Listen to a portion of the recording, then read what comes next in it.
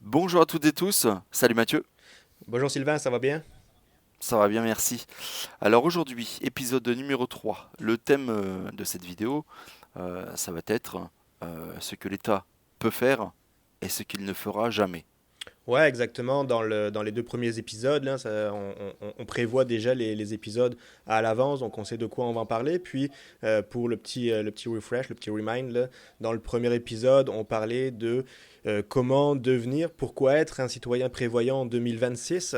Et puis, le deuxième épisode, on parlait finalement un peu plus d'analyse de risque. Je vous invite toutes et tous à aller voir nos précédents podcasts pour prendre le pouls un peu de.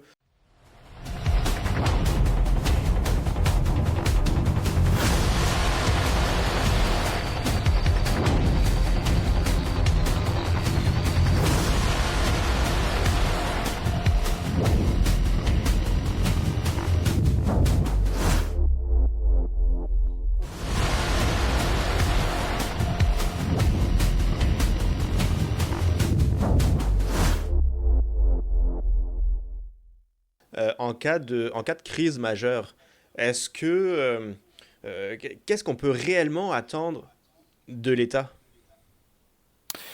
Alors tu vois Mathieu, bien souvent dans la tête du citoyen lambda, euh, il arrive une catastrophe, qu'elle soit naturelle ou industrielle, euh, tout de suite le citoyen va penser.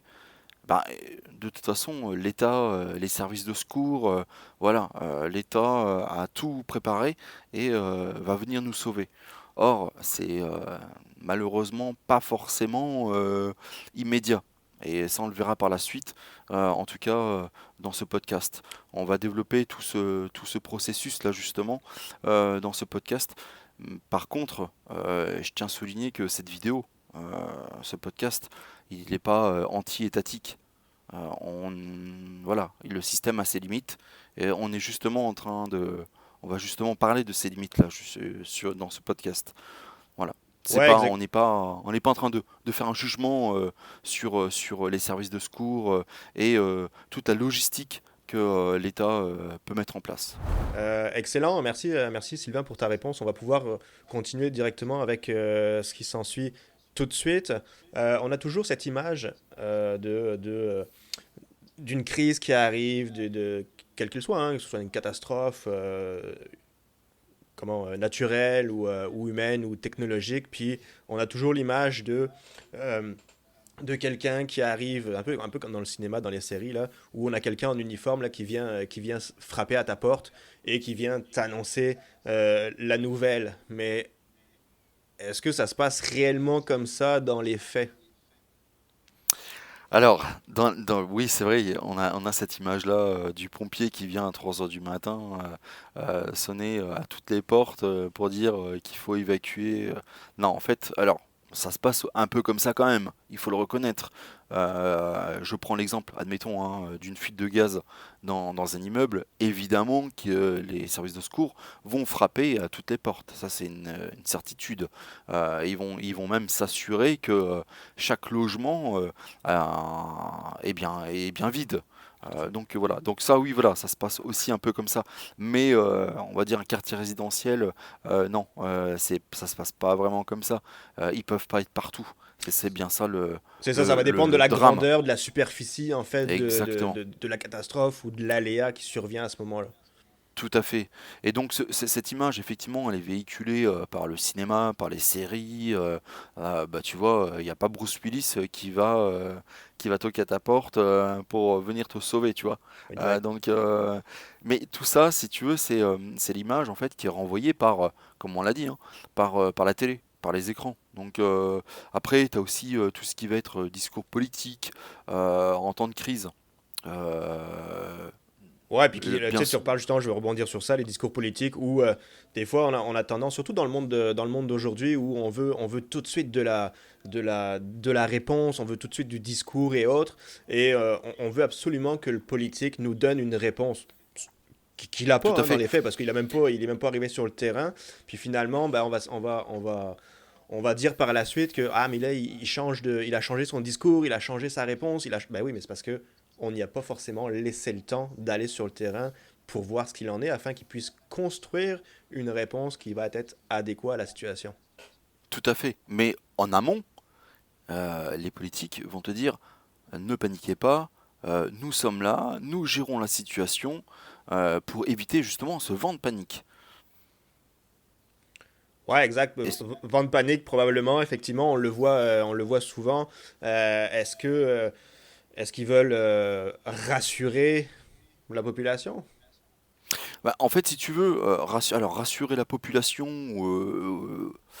pas forcément, hein, j'irai pas dans le sens rassurer la population, mais c'est éviter, comme je disais, hein, c'est éviter un vent de panique, éviter que ça soit le chaos. Que les citoyens partent dans tous les sens et que justement ça encombre les réseaux pour justement les services de secours. Tu vois ce que je veux dire? Euh, je prends un exemple. Prenons un exemple. Euh, allez, je sais pas moi, il y a une catastrophe industrielle qui vient de se produire. Admettons une fuite radioactive. Mhm. Bon, dans un premier temps, on l'a vu en plus. Putain, on en reparle toujours, hein, mais l'exemple même, c'était Tchernobyl, hein. Ils ont quand même mis quasiment, je sais plus, combien j'avais dit une fois, j'avais lu, c'était combien, 36 heures ou un truc comme ça, avant de dire, bon les gars, il faut évacuer là, parce que là, C'est ça, il y a un c'est pas certain bon. laps de temps qui Il y se a un passe certain quand laps de même temps, avant qu'on... Ben, voilà. c'est sûr qu'il y a des raisons derrière économiques. Moi, je le vois aussi dans mon domaine de professionnel actuel. Mais tu sais, il y a des raisons économiques, budgétaires et autres qu'on ne veut pas faire perdre de l'argent à la structure en elle-même, au bâtiment ou autre. Fait qu'on va attendre le dernier moment avant de décider finalement de faire évacuer la zone ou l'immeuble ou autre, tu sais. Mm. Mais et puis même, c'est pour éviter justement que ben, tout ça parte dans tous les sens et que ça soit justement ingérable pour l'État. Alors l'État en lui-même, il n'y peut rien. Il est là uniquement pour assurer quelque part une certaine sécurité, on va dire globale, mais pas individuelle. On a des bons exemples, Sylvain, sur les délais. Là, on en a parlé, 24, 48, 72 heures. C'est pour ça que je veux rebondir sur le fait que je pense pas que ça soit de la mauvaise volonté de la part de l'État de bien faire ou de pas bien faire, peu importe, mais on pourrait peut-être plus dire que c'est euh, un manque structurel, organisationnel peut-être. Oui, tout à fait. En fait, si tu veux, c'est exactement ça. L'État, à un moment donné, il n'a pas vraiment le choix que de faire face à la réalité. Et la réalité, parfois, dans ces cas-là, c'est très limité. Les moyens sont très limités. Tu ne peux pas avoir euh, quelqu'un, un service de secours, enfin, du moins un secouriste, derrière chaque citoyen. Tu ne Exact, peux pas. derrière chaque habitant. Ouais, ouais, tout à fait, Voilà. exactement. Mais Donc pourtant, là, vraiment, on pourrait presque croire que c'est ce que les citoyens attendent de l'État. mais bien sûr, mais pourquoi?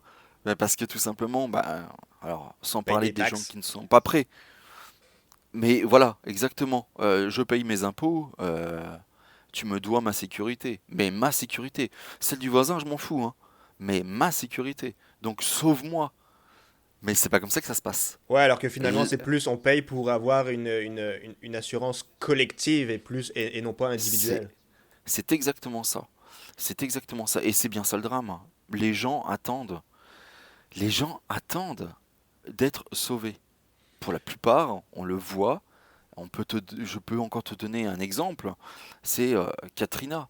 Mhm. Quand il y a eu l'ouragan Katrina, il y a des images, moi, qui m'ont profondément alerté. Et je me suis dit, mais comment est-ce qu'on peut en arriver là? Tu vois les chaînes de télé Mhm. qui filment depuis un hélico des gens qui se sont réfugiés sur le toit de leur maison qui était Ouais. sous les eaux.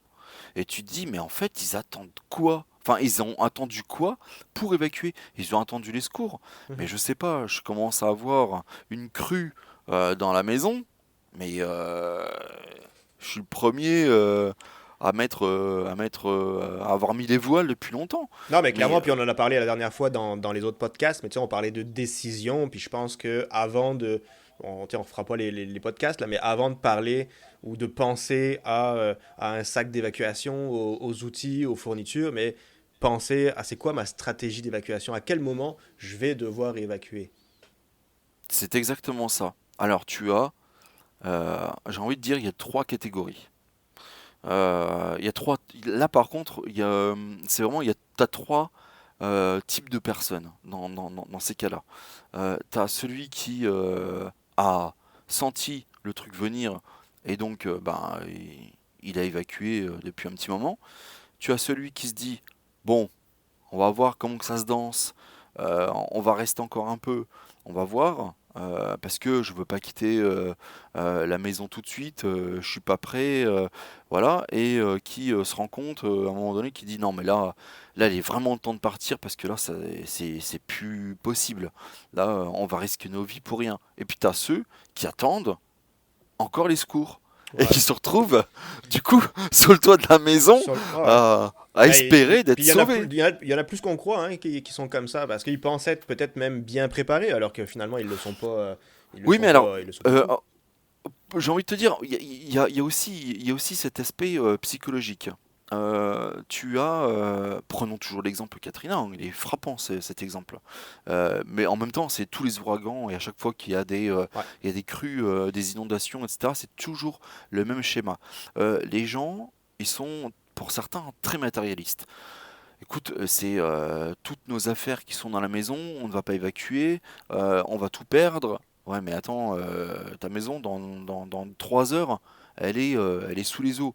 Tu vas tout perdre, quoi qu'il arrive. Ouais. Tu veux perdre la vie aussi?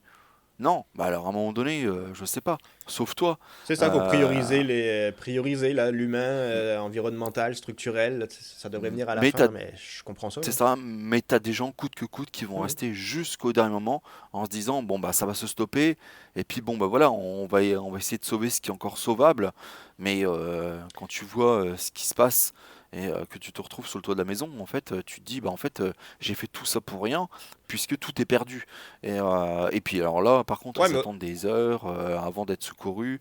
Enfin ben c'est bon ça. parce que Mais je c'est pas pense les parce seuls que. non plus dans ce cas-là hein. Non, exactement, mais je pense aussi ils s'attendent à avoir un retour des secours, un retour de l'État plus proche que finalement ça va arriver. Tu sais, eux, ils pensaient peut-être dans une heure ou deux, ils vont avoir quelqu'un à leur porte, versus ça Bien se passe sûr. que dans 3 jours ou 4 jours. Fait que, tu sais, à un moment donné, je pense qu'il faut arrêter de vouloir déléguer euh, ce que chacun ne peut pas faire et ce que l'État ne peut pas donner tout de suite. Tout à fait. Et c'est bien ça le problème. Et comme tu dis, en fait, l'État, lui, comment dire, dans ce contexte, dans ce de cas de figure où tu as une crise une crise majeure qui est présente, euh, l'État, lui, il a trois objectifs, hein, pour ainsi dire. Le premier, ça va être de maintenir l'ordre. Donc, comme je disais, hein, c'est attention, déjà le discours c'est nous sommes là, paniquez pas, on va gérer la situation. Ils Mhm. maintiennent l'ordre. Pourquoi? Ben, c'est pour éviter justement les mouvements sociaux, parce que tu peux très bien, comment dire, avoir des émeutes pour 3 fois rien.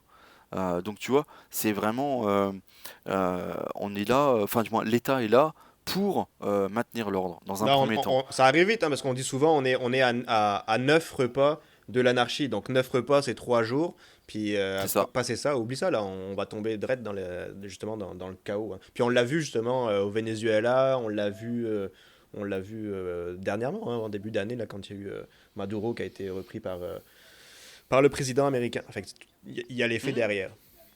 C'est ça, c'est ça. Et donc, alors, premier point, c'est l'État va maintenir l'ordre coûte que coûte, pour éviter le chaos. Vraiment pour éviter tout ce qui est euh, chaos, mais au niveau sociétal, hein. Mhm. Que les citoyens vont mettre le chaos. C'est pas le chaos, il est déjà là, il est déjà installé. Que ce soit une crise, comme on disait, hein, climatique, ou enfin, du moins ouais, une crise climatique, on peut appeler ça comme ça, Mhm. une catastrophe naturelle, si tu veux. Ou alors, comme tu disais, technologique, voilà, peu importe la source même de la crise, mais l'État en fait va être là dans un premier temps pour éviter le chaos sociétal. Voilà. Ensuite, bien évidemment, il va protéger ses infrastructures, donc les infrastructures stratégiques.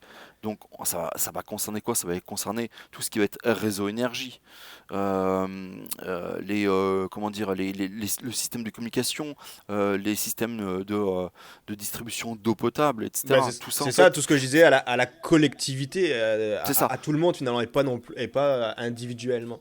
Exactement, exactement. Là vraiment, l'État va réfléchir collégial et pas Ouais. individuel. Et c'est bien ça, le problème, c'est que les gens n'ont pas forcément intégré cet aspect-là. Et Surtout tout le monde dans dit un oui, monde voilà, de plus en plus individualiste. exactement, exactement. Et complètement. Et on est de plus en plus dans un monde individualiste. Ensuite, troisième point, l'État, si tu veux, comment dire, son, comment te dire ça? Cherche mes mots là. Toi, tu parles pour tout ce qui est contrôle de Contrôler l'information. l'information. Ouais, fais-la.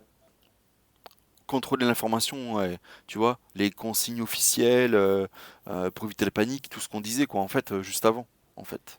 Ouais, puis ça, on a l'exemple type avec ce qui s'est passé pendant la période Covid. Tout à fait, par Tu sais, exemple. Voilà. nous, je sais qu'au Québec, à toutes les mardis ou jeudis, je sais plus trop quand est-ce que c'était, là, ou tous les jours, là, même, il y avait un point presse avec le Premier ministre qui annonçait toutes ces directives, tu sais. Puis là, tu avais tout Ben le oui, monde, c'était hein, pareil chez nous. Hmm. toutes les, j'allais dire tous les moutons, on dira peut-être pas ça pour la vidéo, mais Non, tous les moutons qui étaient là à attendre, hey, qu'est-ce qu'il va dire, faut-tu que je mette un masque, pas de masque, faut-tu que je lève la main droite, que je lève, tu sais, c'est ça. c'était Oui, fou, bien là. sûr, c'est ça. C'est exactement ça. Fait que,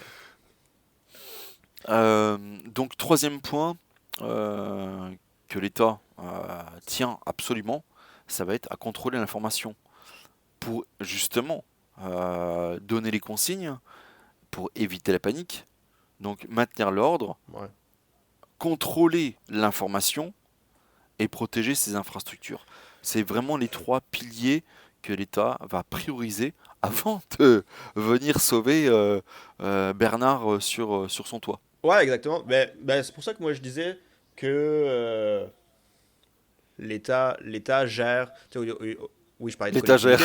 L'étagère. L'État gère le système, il gère la collectivité, pour la collectivité, mais il gère pas du tout chaque individu, chaque citoyen, peu importe qu'il soit préparé ou pas. C'est pas son rôle. Donc, moi, je pense plutôt que on a une responsabilité personnelle, individuelle, familiale, pour compléter l'aide de l'État pour subvenir aux besoins finalement. Moi, je pense que c'est pas mal comme ça que je le pense. C'est exactement ça, et tu penses parfaitement, puisque effectivement, c'est comment dire, euh,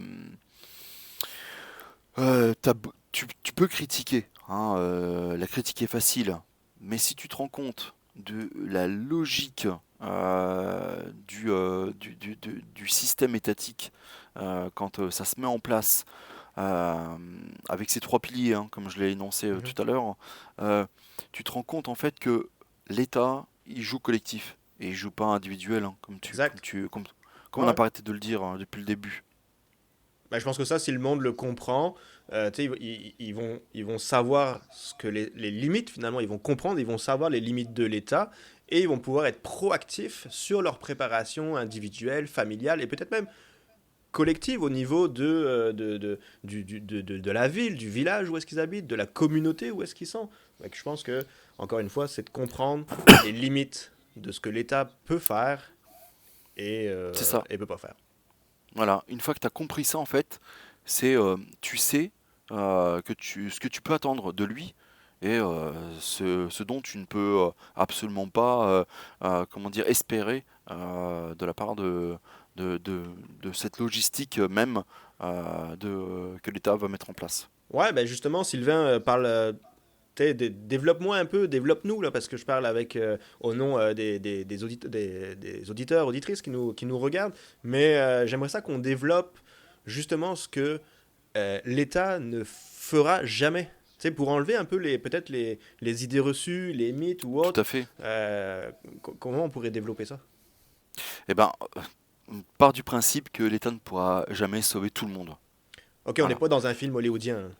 C'est exactement ça. Les moyens sont quand même vraiment limités. Comme on disait au tout début de ce podcast, euh, chaque secouriste, enfin du moins chaque individu, n'a pas un secouriste pour lui, qui lui est propre. Donc déjà, au niveau des secours, les moyens sont déjà limités. Alors je ne sais pas, il y aurait peut-être un pourcentage, après ça fluctue en fonction des villes, mais ça serait intéressant de voir dans les grandes villes combien il y a de secouristes pour combien de personnes. Ouais, exact, ça serait une bonne Genre, analyse à faire, ça. mais je suis persuadé que même dans les grandes villes, dans les grandes métropoles, je suis persuadé qu'on est peut-être à peut-être un secouriste pour peut-être, peut-être une bêtise, hein, mais on serait peut-être à un secouriste pour 1 000 personnes, tu vois. Ouais, puis finalement, je sais même pas si c'est plus ou moins quand tu arrives dans des villes et villages, mais moi, je sais que dans le village dans lequel j'habitais, il y avait 1500 habitants, puis il y avait pas de gendarmes ou de policiers dans une proximité. Tu sais, il fallait attendre une demi-heure, trois quarts d'heure, voire une heure avant de pouvoir compter sur quelqu'un. Donc, si tu attends Tout tout à ce fait. temps-là, oublie ça, là. C'est vraiment d'être proactif bah, en tant que citoyen, finalement, qui va faire la différence. Tout à fait. Ah, alors, justement, c'est bien que tu en parles, hein, puisque on parle de moyens limités au niveau des services de secours. Euh, Tu parlais très bien du petit village, on va dire, isolé. C'est Mhm. vrai que là, comme tu dis, si tu as besoin d'attendre une demi-heure quand tout va bien, hein, en temps de paix, j'avais envie de dire, mais bon, en temps normal, sans être, on va dire, sans, sans que le chaos soit présent. Si déjà en temps normal, tu mets déjà une demi-heure à avoir une ambulance parce que tu t'es cassé la jambe à la C'est maison, exactement là-dessus que je voulais rebondir. Nous, ça fait souvent la une des journaux ici au Québec, hein, où les temps d'intervention, de réactivité de la part d'une ambulance, puis on en a des ambulances, hein, mais au nombre de demandes, eh ben, finalement, les délais sont allongés, des fois du double. Hein, fait que pendant ce temps-là, si justement Bernard et Chantal, ils n'ont pas appris les gestes de premiers soins, s'ils n'ont pas acquis des attitudes, des aptitudes, des réflexes et des bons comportements en situation d'urgence, ben, oublie ça, là, tu vas avoir des dommages collatéraux qui vont être irréversibles probablement. bien sûr, bien sûr. Donc tu te rends bien compte que les services de secours sont assez limités. Donc il peut pas t'assurer ta propre survie, entre guillemets. L'État n'est pas là pour ça. Voilà. Mhm. Encore une fois, hein, je le répète, l'État, il va juste en fait maintenir certaine forme de, comment dire, d'autorité quelque part. Ouais. Euh, mais il te garantira pas non plus donc ni ta sécurité personnelle, ni ton pouvoir d'achat, par exemple. Et alors, quand je parle de pouvoir d'achat, c'est quand on parle d'une crise économique. Ouais, ben, crise financière de 2008, là, si je me souviens bien, qui avait eu lieu Tout là, au à niveau fait. mondial. Il n'y a pas personne qui est venu aider, que ce soit les entreprises, que ce soit les citoyens ou autres. Il n'y a pas personne qui est venu aider personne. Là. C'est démerde-toi, puis c'est ça. Ouais, en fait, si tu veux, c'est exactement ça. C'est pour ça que la préparation citoyenne, c'est pas un acte, comment dire, de méfiance envers l'État. Parce que bien souvent, on nous traite de complotistes ou quoi que Souvent, ce ouais, soit, hein. effectivement. Souvent, on est un peu, tu sais, les illuminés, voilà. Alors Mhm. que l'État viendra nous sauver. Encore une fois, ce n'est absolument pas vrai. L'État n'est pas là pour vous sauver. Donc, il va déjà essayer de se sauver lui-même, l'État. Ouais, ben, non, mais Donc voilà, c'est juste en fait un acte, c'est pas un acte, donc comme je disais, hein, c'est pas un acte de méfiance envers l'État, mais la préparation citoyenne, c'est un acte de lucidité ouais. Ouais, envers soi-même, envers soi-même.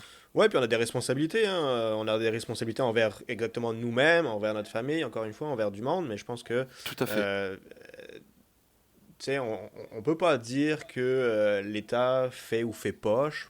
C'est pas. Oui, on pourrait juger, là, tu l'as dit tantôt, la critique est facile et autres. Mais il faut juste se dire que l'État ne peut pas tout couvrir. C'est pas forcément une question de bonne ou de mauvaise volonté. Encore une fois, c'est plus une question de capacité. exactement. C'est exactement ça. C'est pas de la mauvaise volonté, hein. Mais c'est que l'État ne peut pas. L'État ne peut pas être partout. Voilà. Les services de secours ne peuvent pas être partout. Euh, si jamais il y a des problèmes de canalisation et tu tires ton robinet, l'eau est jaunâtre ou c'est de la boue, bah, en tout cas, en amont, ils auront essayé de sauver au moins les réseaux d'eau potable. Mais parfois, ben, écoute, ça ne, voilà, ça a ses limites aussi. Et, voilà, ils ne peuvent pas. Ouais, Ils ne peuvent, non, non, voilà, ils ne mais peuvent pas. exactement. Moi, je pense qu'on est sur la bonne voie. On est sur la bonne voie pour aiguiller le monde en ce sens. Et c'est pour ça que, peut-être tu l'as très bien dit, c'est un acte de lucidité. Ça, je pense que on va le répéter encore et encore. Et qu'il faudrait se mettre en tête d'avoir une base sur une base de 72 heures, hein. C'est pour ça qu'on a les kits 72 heures, les trous 72 heures, etc., etc. Je pense que c'est une bonne base.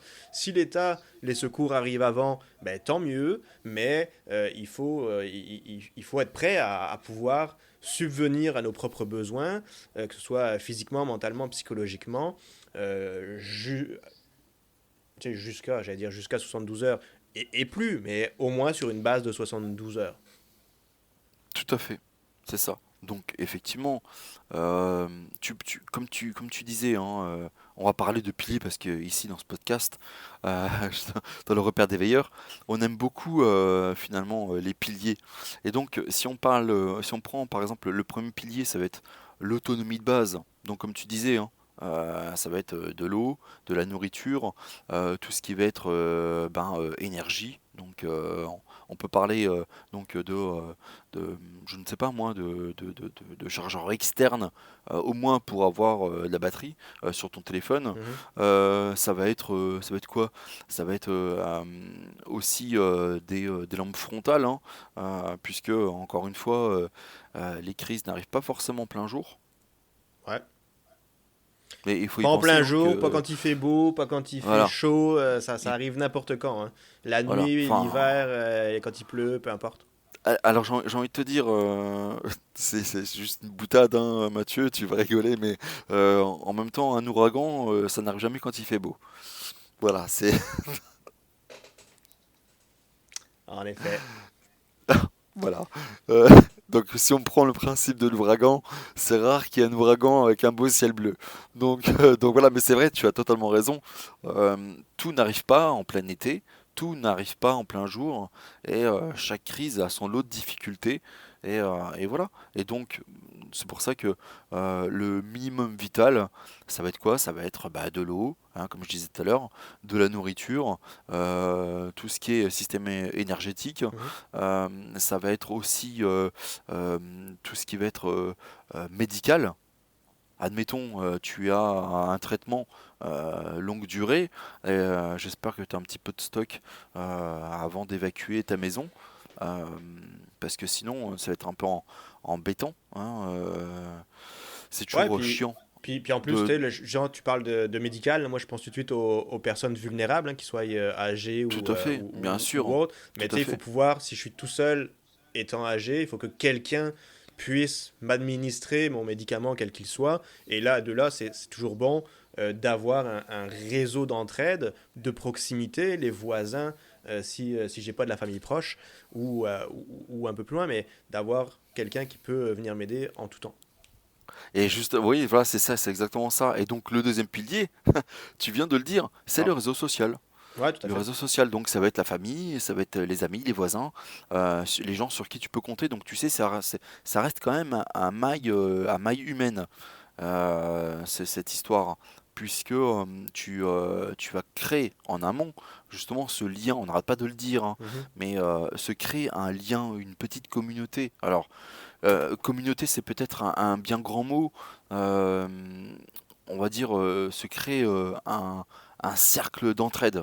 Ouais, Euh, exactement. Mais tu sais, ton u- terme de réseau social, tu sais, c'est exactement ça, hein. C'est un cercle d'entraide, réseau social, peu importe, là. Mais je pense qu'il faut s'entourer des bonnes personnes. Puis tu sais, on voit souvent, encore une fois, sur d'autres réseaux sociaux que je citerai pas, mais où les personnes, ah, moi, si ça arrive, si je suis tout seul, le loup solitaire, là, qui va aller dans la forêt. Puis on voit très bien finalement qu'il y aura des limites à ça. Donc il faut vraiment s'entourer des bonnes personnes. Puis ça se fait en prévention, hein. Il faut aller voir ses voisins. Quand on achète une nouvelle maison ou autre, ben, d'aller voir qui nous entoure. Et puis tout de suite peut-être d'analyser un peu les forces et faiblesses de tout à chacun. Tout à fait.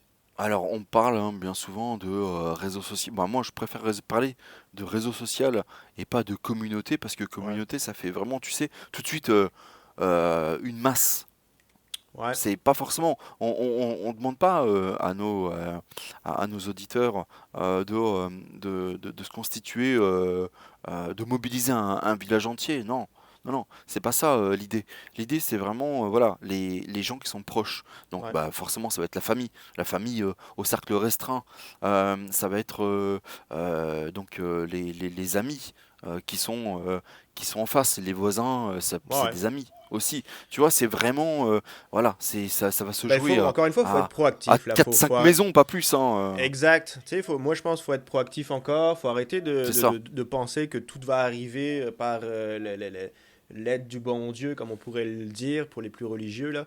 Mais faut être proactif. Tu sais, c'est ça, faut tout à fait. accepter que l'État, il viendra pas dans les premières heures. Faut accepter que euh, il faille agir. Bah, Tu sais, on peut pas oui, rester. Il faut anticiper. Tu sais, on l'a dit la dernière fois dans le podcast. Il faut analyser les risques. Il faut anticiper, observer. Hein, puis c'est ça très bien qu'on fait avec le repère des veilleurs pour finalement pouvoir agir au bon moment. Pas qu'il soit trop tard. Tu sais, je exactement. rebondis sur ton affaire de tantôt où que le gars il disait, bah, tu disais, ah, il est sur le toit. Bah oui, mais qu'est-ce que tu fous sur le toit là? Y avait-tu des étapes avant que tu étais capable de faire pour gérer cette situation-là? Et c'est exactement ça. C'est totalement ça. Donc le troisième pilier, ça va être justement la compréhension lucide de, Exact. de la catastrophe. Ouais. Du moins alors, pas Bah, forcément la catastrophe, non, mais mais de l'événement quel de qu'il soit. de Mhm. l'événement à l'instant T. À Ouais. l'instant T, voilà, il faut avoir une certaine lucidité, une certaine compréhension lucide et pas partir dans tous les sens. Voilà, il faut accepter, comme tu disais, que l'État ne peut pas tout faire. Il faut ne pas attendre passivement sur le toit, Et ça. comme on l'a pas arrêté de le dire. Et c'est vraiment la posture du veilleur. On n'arrête pas de le dire, mais je pense que tous les podcasts, on n'arrêtera pas d'essayer de faire comprendre aux gens qu'il faut qu'ils réfléchissent par eux-mêmes plutôt que euh, ça tombe du ciel. Voilà. Non, ça tombera jamais du ciel. Non, Ben non, non, à part si, puis c'est pour ça qu'on est là aujourd'hui. Là, on veut tout à fait. aiguiller, on veut orienter, on veut rendre Ouvrez les les gens, yeux, ouais, rendre les gens plus lucides, pragmatiques et autres sur ce qui exactement, se passe, sur ce qui peut tout se à fait. passer, afin de pouvoir agir en bonne et due forme. Non, c'est un bon point. Mais ça serait bien hein, que l'État puisse tout faire, mais l'État ne peut pas tout faire. Et c'est pas lui Exact. jeter de la pierre en le disant ça, hein. On jette la pierre, encore une fois, absolument à aucun État. Voilà, chaque système a ses limites. Et là, on se rend compte que dans les grandes crises, ben, l'État en est là que pour assurer une certaine, comment dire, comment on pourrait appeler ça finalement, et qu'il ait un certain contrôle, pas contrôle. C'est encore trop, c'est encore un peu trop, tu sais, autoritaire. Ouais. Mais un- une certaine forme de civisme. Voilà, voilà, c'est ça. C'est une certaine forme de civisme finalement pour éviter justement tout ce qui va être pillage, abus en fait Mhm. des citoyens malveillants pour le Bah, coup. le maintien de l'ordre, hein, Euh, de toute façon, tu sais, c'est les le maintien forces de de l'ordre, l'ordre, c'est le tout maintien de ça, l'ordre. Tu sais, ils sont pas là pour être derrière chaque citoyen, encore une fois, mais c'est pour s'assurer qu'il n'y ait pas, comme tu le disais, qu'il n'y ait pas un chaos derrière ça qui va donner plus. Bah, c'est ça, tout à fait. qui pourrait faire arrêter finalement les structures collectives, hein, que ce soit l'eau, l'électricité ou autre. On parle on parle de préparation citoyenne, on parle, nous autres, en tant que veilleurs, mais tu sais, on parle aussi souvent, et on va en parler plus tard encore, mais on parle de résilience. Donc, moi, je pense que la résilience personnelle, familiale et autres, comme j'ai dit tantôt, elle se remplace pas. L'État ne peut pas la remplacer. Par contre, peut-être que l'État peut compléter le petit bout qu'on n'a pas, nous, parce qu'on est un simple citoyen. Sylvain, en début d'épisode, là, tu disais que on veut pas critiquer, hein, bien sûr, l'État, il a ses forces et ses faiblesses, mais je pense que on devrait avoir plus une lecture réaliste de ce que l'État peut faire, pas faire, et peut-être ce qu'on aimerait qu'il fasse. Euh, C'est ça. comment on pourrait définir ou ouais, avoir une vision plus pragmatique encore et réaliste de l'État? Bah oui, alors du coup, pour répondre à ta question, Mathieu, l'État, c'est un outil puissant, mais au niveau collectif. Par contre, il a ses limites au niveau individuel. Il peut pas être derrière chaque individu. Mhm. Il doit faire des choix. Et justement, ces choix sont pas toujours en faveur de chaque personne. Tu vois ce que je veux dire? Mhm. Euh, Donc ça nous c'est, oblige eh ben oui, justement, c'est pour ça que la préparation citoyenne n'est pas une option dans ces cas-là. Mhm. C'est une extension logique de la responsabilité de chacun. Ouais, non, non, mais je pense que c'est une bonne définition, c'est la bonne définition. Puis justement, suite à cette définition-là, moi j'aimerais ça poser une question à nos auditeurs, auditrices là. Euh, Est-ce que vous avez déjà vécu une situation, quelle qu'elle soit, hein, même petite, peu importe, où vous avez réalisé que vous étiez seul face à un problème et que l'aide extérieure finalement tardait à arriver ou carrément n'est jamais venue selon vous? Donc j'aimerais ça un peu vous entendre sur ce point-là. Eh ben, Mathieu, c'est une excellente question. Et puis, pour le prochain podcast, hein, donc l'épisode numéro 4 du Repère des Veilleurs, on va aborder un thème qui va être justement quelle est la frontière entre la préparation citoyenne et le survivalisme. Alors, où est justement la limite? La limite, ouais. Ça, c'est justement, ça va être la question et on va développer ça ensemble. Super. Merci Sylvain. Merci Mathieu, à très bientôt. Bye bye. Ciao, ciao.